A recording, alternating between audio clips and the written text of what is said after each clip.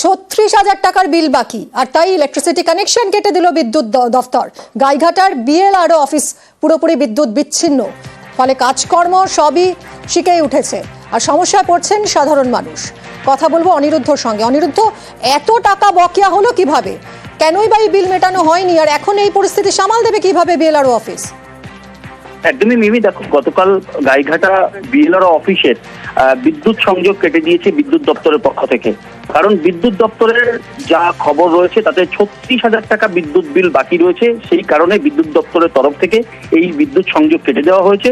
এ বিষয়ে কিন্তু বিএলআরও সাহেব জানিয়েছেন যে তিনি এই বিষয়ে এসডিএলআর পক্ষ থেকে তাদেরকে অ্যালটমেন্ট দেওয়া হয়, সেক্ষেত্রে তারা এসডিএলআর কাছে জানিয়েছেন বা বিডিওর কাছে জানিয়েছেন, কিন্তু তাদের এই বিলের অর্থ আসেনি বলে তারা দিতে পারেনি। তারা এই বিষয়ে চিঠি করছে বিদ্যুৎ দপ্তরকে, কারণ যেহেতু একটা সরকারি দপ্তর, এই বিদ্যুৎ সংযোগ না থাকার কারণে সাধারণ মানুষকে কিন্তু সমস্যার শিকার হতে হচ্ছে। কারণ প্রত্যেক দিন বিএলআরও অফিসে হাজারো লোক আসে তাদের সমস্যার সমাধানের জন্য, কিন্তু বিদ্যুৎ না থাকার কারণে বিএলআরও অফিস থেকে তাদেরকে খালি হাতেই ফিরতে হচ্ছে। এই বিষয়ে গাইঘাটা পঞ্চায়েত সমিতির সহসভাপতি জানিয়েছেন যে আরো সচেতন হওয়া দরকার ছিল বিএলআরও, কারণ এরকম একটা দপ্তর, যে দপ্তরে প্রতিদিনই সাধারণ মানুষের আসা যাওয়া আছে এবং সেখান থেকে কাজ না করে ফিরতে হলে সাধারণ মানুষের সমস্যা হচ্ছে। অন্যদিকে বনগাঁ জেলা বিজেপি সভাপতি দেবদাস মণ্ডল কটাক্ষ করে বলেছেন যে বিএলআরও মাটি বিক্রি করতে ব্যস্ত, সেই কারণেই হয়তো বা এই বিল দেওয়া হয়নি, তেমন কিন্তু দাবি করেছেন বনগাঁ জেলা বিজেপি সভাপতি। ধন্যবাদ অনিরুদ্ধ। ডব্লিউবিএসিবির কানেকশনটা অফ করে দেওয়া হয়েছে। এর আগেও এসডিও সাহেব এডিএমকে চিঠি দিয়েছেন যে আমাদের জেলাতে অ্যালটমেন্ট, যে হেডে অ্যালটমেন্ট থাকা উচিত, যেখান থেকে ওনারা ডিসবার্স করবেন এই ডব্লিউবিএসিবির বিলটা, সেটা নেই, সেই অ্যালটমেন্ট পাওয়া যায়নি বলে দিতে পারেননি। তো সেইটা আমি ডব্লিউবিএসিবির স্টেশন ম্যানেজারকে লিখিতভাবে জানিয়েছি, যে অনুরোধ করেছি যে এটা সরকারি অফিস, সেই হিসেবে যেন ওনারা এটাকে রিকানেকশনটা দিয়ে দেন। ইলেকট্রিসিটি লাইনটা কেটে দিয়েছে বিএলআর সাহেবের, এটা একটু দেখা উচিত ছিল। পেমেন্টটা করে এসডিএলআর থেকে, তার মানে নখদর্পণে থাকা উচিত ছিল যে আমরা এই তারিখে পেমেন্টটা দিয়েছে কিনা, এটা উচিত ছিল বিএলআর সাহেব। একদিন একটা পরিষেবা থেকে সব পিছিয়ে যদি যায় পাবলিক, তাহলে তো মানুষ ক্ষোভ প্রকাশ করবে। প্রয়োজনে আমাদের যদি সহযোগিতা লাগে সেটা আমাদেরকে বলবেন, আমরা সহযোগিতা করে অন্তত পাবলিক যেন দূর দূরান্ত থেকে এসে মানুষ যদি ফিরে না যায়। বিদ্যুতের লাইন কেটে দেওয়া হয়েছে বিএলআরও অফিসে। বিদ্যুৎ না থাকায় অফিসের কাজ থমকে গেছে এবং কাজ বন্ধ থাকায় সমস্যায় পড়ছেন উপভোক্তারা। আমি এসেছিলাম অনেক দূরের থেকে, যে কিছু আমার বিএলআরের কাজ ছিল, এর আগের দিনে এসেছিলাম, আজকে আমার ডেট ছিল তার আসার। তো আমি আসলাম, আসার পরে দেখি এই কম্পিউটারগুলো সব বন্ধ। তো আমি জিজ্ঞেস করলাম, স্যার আমার এই কাজটা করবো, একটু করে দিন। বলছে না, আজকে হবে না। তা জিজ্ঞেস করতে বলছে কারেন্ট নেই। আমার অফিসে কারেন্ট নেই, ব্যাপার কি? বলছে যে বিদ্যুৎ আমাদের বিচ্ছিন্ন করে দিয়ে গেছে, আজকে হবে না, আপনি পরে আরেকদিন আসুন। কিন্তু এত দূরের থেকে আমি অটো ভাড়া করে এসে দিনটা আমি কামাই করলাম, কিন্তু তাতে আমার কোনো লাভ হলো না, বসে থেকে সারাদিনটা নষ্ট হলো। আবর্জনার চাপে চরম বিপর্যয় হাওড়ার বেলগাছিয়ায়। আসি হাওড়ার ঘটনার পর এবার আবর্জনা আতঙ্কে আরামবাগ। স্থায়ী ডাম্পিং গ্রাউন্ড নেই আরামবাগে। দেখুন, যেখানে সেখানে এইভাবেই স্তূপ হয়ে রয়েছে আবর্জনা। দ্বারকেশ্বর সেতুর নিচেই আবর্জনা ফেলা হয়। শহরের 19টি ওয়ার্ডের জঞ্জাল ব্রিজের নিচে জমা হচ্ছে। শুভদীপ আমাদের প্রতিনিধির সঙ্গে কথা বলবো। শুভদীপ, এটা তো যথেষ্ট অ্যালার্মিং, যেভাবে এখানেও আবর্জনা বাড়ছে, তাতে তো যে কোনো দিন হাওড়ার মতন ঘটনা ঘটতেই পারে। একেবারে সেই আশঙ্কাই করছেন আরামবাগের মানুষ, কারণ 139 বছরের পুরনো এই আরামবাগ পুরসভা, কিন্তু এখনো পর্যন্ত এই পুরসভার স্থায়ী কোনো ডাম্পিং গ্রাউন্ড গড়ে তুলতে পারেনি পুর কর্তৃপক্ষ, এবং যার ফলে দ্বারকেশ্বর যে নদ বয়ে গেছে আরামবাগের উপর দিয়ে, সেই নদের পাড়ে এবং যে রামকৃষ্ণ সেতু রয়েছে, যে আরামবাগের সঙ্গে 5টি জেলার যোগাযোগের অন্যতম মাধ্যম এই সেতু, সেই সেতুর নিচেই কিন্তু আবর্জনা ফেলা হচ্ছে এবং আবর্জনা স্তূপাকারে জমা হওয়ার ফলে সেতুর যে পিলার রয়েছে, সেই পিলারের গায়ে কিন্তু আবর্জনা জমা হয়ে রয়েছে।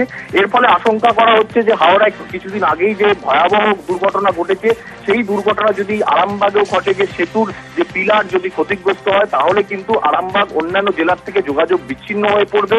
এবং এর পাশাপাশি ওই রাস্তা দিয়ে যাওয়ার সময় স্থানীয় বাসিন্দারাও চরম দুর্ভোগে পড়ছেন, কারণ রাস্তা দিয়ে যাতায়াতের সময় দুর্গন্ধে যাতায়াত করা দায় হয়ে উঠেছে। এবং প্রশাসন কি ভাবছে? কোনো স্থায়ী সমাধান, কিছু ভাবনা চিন্তা রয়েছে?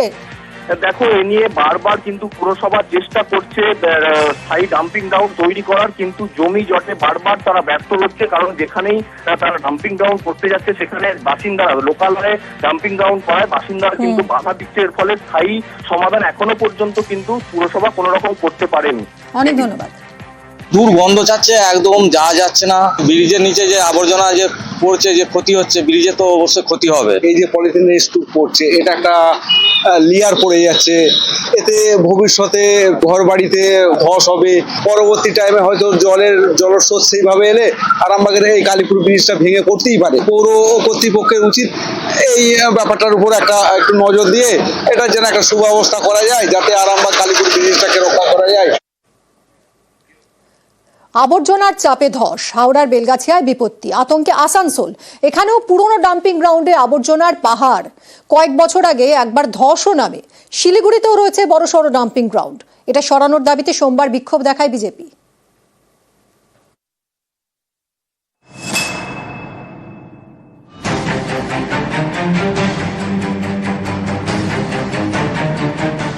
হাওড়ার বেলগাছিয়া বিস্তীর্ণ এলাকা জুড়ে ডাম্পিং গ্রাউন্ড।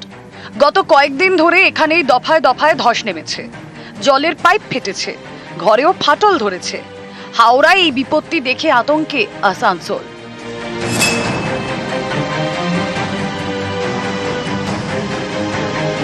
পশ্চিম বর্ধমানের আসানসোল হাওড়ার মতোই অন্যতম প্রধান শিল্প শহর।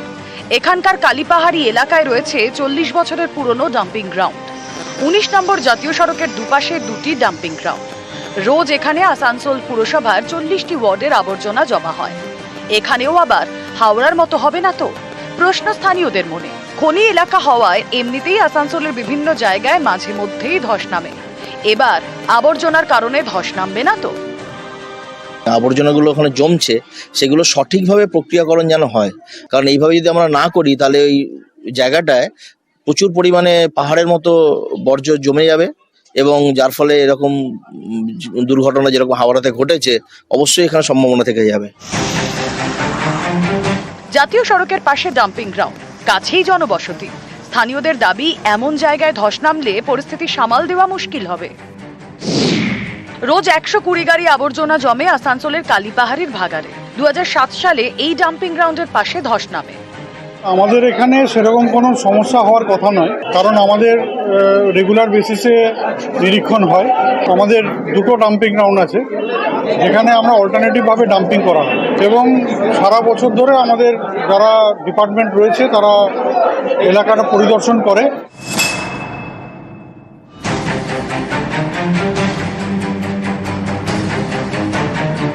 দেখে মনে হচ্ছে দাবানল। স্থানীয়দের দাবি, এটা ভাগাড়ের আগুন।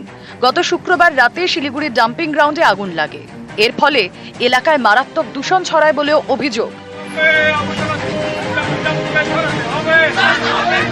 শিলিগুড়ির ইস্টার্ন বাইপাসের কাছে ডাম্পিং গ্রাউন্ড, লোকালয়ের পাশেই ভাগাড়। অভিযোগ, ভাগাড়ের দুর্গন্ধে স্থানীয়রা অতিষ্ঠ। এই ভাগাড় সরানোর দাবিতে সরব বিজেপি। সোমবার তারা বিক্ষোভ দেখায়। কর্মীদের নিয়ে পুরসভায় ডেপুটেশন দেন ডাবগ্রাম ফুলবাড়ির বিজেপি বিধায়ক শিখা চট্টোপাধ্যায়। ওইখানে যে নোংরাগুলো ফেলা হচ্ছে সেটা সারা শিলিগুড়ির নোংরা। মানুষ আমাকে এসে বলছে, দেখুন এই গন্ধে আমরা এখানে টিকতে পারছি না। মেয়রের কাছে বলেছিলাম, আজ পর্যন্ত কোনো কাজ হয়নি। অপদার্থ মেয়রকে বাদ দিয়ে কমিশনারকে ডেপুটেশন দিয়ে গেলাম যে আপনি ইমিডিয়েট ব্যবস্থা করুন। ঈশ্বর এদের সুগতি দিক, এরা ভালো থাকুক, এদের গুড সেন্স প্রিভেল করুক। এই লেভেলে কথা বলি না। এক গাড়ি মাটিও ফেলেনি কোথাও, কোনো ডেভেলপমেন্টের কাজ করেনি, এখানকার এমএলএরা কোনো কাজ করেনি। তারা মাঝে মাঝে রাজনীতির জন্য তাদের দেখা যায়, আবার তারা অদৃশ্য। নিউজ 18 বাংলা।